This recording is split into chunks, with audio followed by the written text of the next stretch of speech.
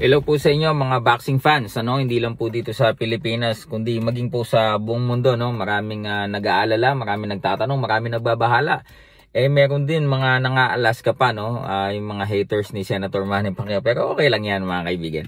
So ito po, disclaimer lang po, ako po ay hindi abogado, hindi po tayo eksperto sa batas mga kaibigan. At kailangan pa rin po natin antayin kung maglalabas man ng final statement ang legal team ni Senator Manny Pacquiao. So ito lamang po, galing po kay Sir Sean Gibbons na nandun po at nakikibahagi sa pagdinig po ngayon between of course the former senator, a division world champion, and ito pong yung paradigm nga mga kaibigan. So ito mga kaibigan ang pinadala namin sa atin, hindi pa pala po tapos. So actually kahit daw po sila doon ay nagtataka daw po bakit daw po yung lumabas sa balita. Itong actually kilala din natin yung yung unang sumulat sa artikulo, hindi ko na lamang babanggitin sapagkat hindi pa naman pala po ito tapos o final and executory. Again po ito po yung impormasyon lamang galing po doon sa of course sa ilang membro ng team na nakikibahagi po ng pagdinig. So hindi pa pala po talaga, ito po gumugulong pa daw ayon po sa kanila. Sabi po nila they have a judgment at the moment, yun pong sa jury.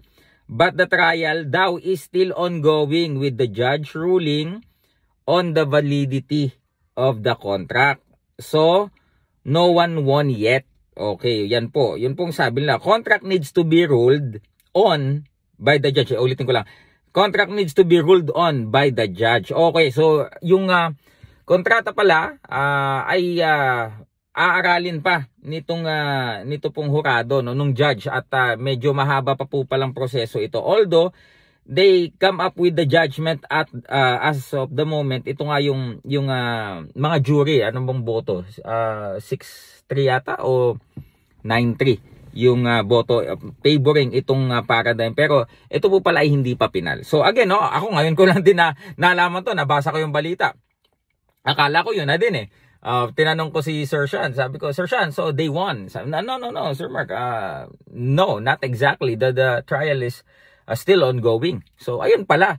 So hindi natin alam kung yung mga basehan ng mga nagpalabas po ng balita. Again, syempre may mga fact check naman yang ginagawa sila, may mga reliable source naman. Actually, hinahanap ko kung may documents doon yung mga nagpalabas ng article. Although wala akong nakita, pero again, maybe mayroon silang sapat din na basehan before they publish yung article na yon, At anyway, kung ano man yan, sabi nga kanina nung mga nasa boxing industry, kausap ko kanina, well, yung iba ng mga nang-aalaska, si Senator Manny Pacquiao, what is $5 million? Let's say, tapos na o ito na talaga yung final na desisyon o utusan siya ng korte na magbayad ng ganitong amount. What is $5.1 million kay Senator Manny Pacquiao?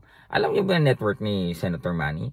It's not, parang for me, yeah, it's a big money, but it's nothing to him, mga idol.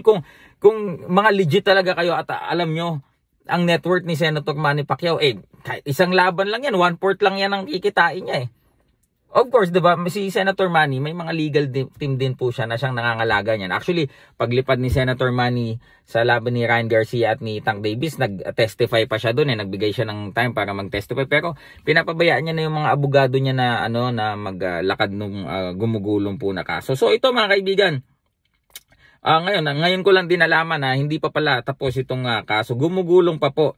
Hindi pa po siya final and executory, ika nga po nila. Pero, syempre, disclaimer uli, antayin po natin mga kaibigan yung final na statement ng legal team ni Senator Manny if maglalabas po sila, kasi meron din silang option na to keep it private. So, ito lang mga kaibigan, kasi dami nag-chat sa akin. Oy, ganito na daw yung nangyari. Anong sabi ni ganito dito? Yun. So, tinanong ko din. So, hindi pa pala daw po tapos. So, wag po muna tayo mag-conclude na tapos na. Ito na talaga, final na. Wala nang apila, 'di ba? Wala nang hindi pa pala. Wala pa nga sila dun sa portion na aapilan na eh. So may i-roll out. O yun, so yun lang mga idol na tayo na full memory tayo kanina. So yun mga kaibigan, nothing is final yet. Abangan po natin yung official na statement ng legal team ni Senator Manny Pacquiao. Magandang gabi po sa inyong lahat. Maraming pong salamat. Peace.